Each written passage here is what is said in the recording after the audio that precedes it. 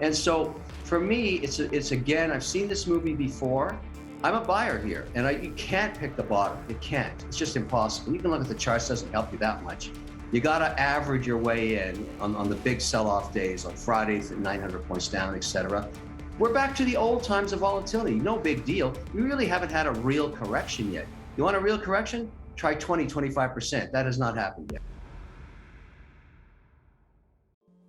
You know, the real issue and why the market's fibrillating and trading in a range is nobody knows what percentage of inflation, let's call it 6.5%, is actually transitory and how much is baked in.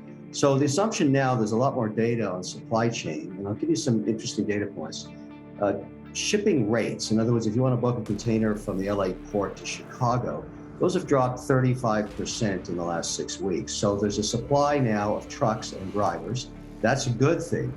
On the other hand, getting the actual product into the LA port has not improved at all. So there's lots of evidence here that some portion of it is transitory. That's why you really haven't seen rates back up too much yet, because the Fed is probably, although they're jawboning another 50 basis points, I wouldn't be surprised if they did only 25 basis points in the next hike and then just waited to see what would happen, because it's hard to call recession right now when you have full employment. We've got full employment.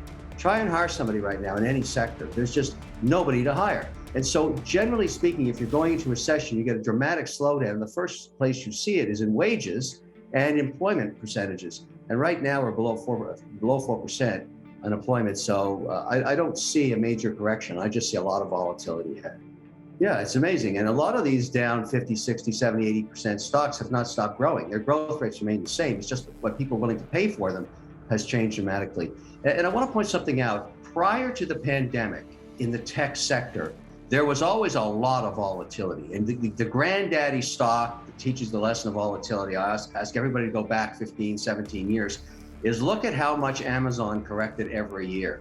Down 30, 40, 50, 60% annually, and then came back up. And we got used to that. And then all of a sudden, the PPP programs and the $4.5 trillion in the printing press happened, and flushing the system with liquidity during the pandemic, that stabilized all the FANGs. It was the go-to name with all the free money. I don't care whether you had Microsoft or Google or Amazon or Netflix. It was money coming out of the sky for free, and that's where people put it, in these big growth tech names. Now we're back to pre-pandemic volatility. Doesn't mean they're bad stocks. A lot of stuff is going on sale. And I think if you look at this 12 months from now, you're going to say to myself, why didn't I buy some Facebook at under 200 bucks? Why didn't I buy some Netflix after it corrected 50% plus? What about the sale going on and lots of other tech names? And the truth is about crypto, it's not yet an institutional product. There's a lot of good signs. Let's start with the signs of the different bills going through the bipartisan committees in the US on the Hill. You got the Haggerty bill on stable coins. You got the Toomey bill on stable coins. You have the Loomis bill, which contemplates all crypto. All of these things are moving forward. You had the announcement last week that BlackRock put money into Circle, which is USDC. And then Fidelity this morning, or late last night, announcing that they would allow in their 401k retirement programs up to 20% in Bitcoin and other certain coins. And so clearly the movement is towards putting policy in place on crypto. That's positive. Now the negative is Bitcoin 2022, a couple of weeks ago in Miami, they had to open a special day just for institutions on Wednesday. 1,500 institutions showed up. None of them own any cryptocurrencies. They're trying to figure it out. They know it's coming. They know policy's coming.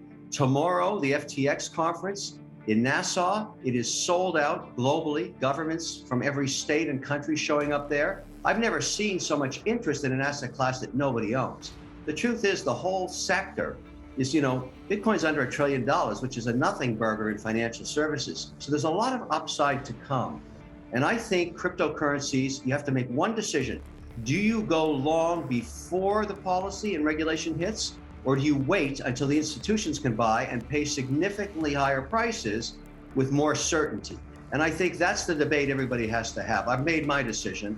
I have gone into 20% holdings across a wide range of crypto and crypto infrastructure like WonderFi, Immutable Holdings, FTX, and so on.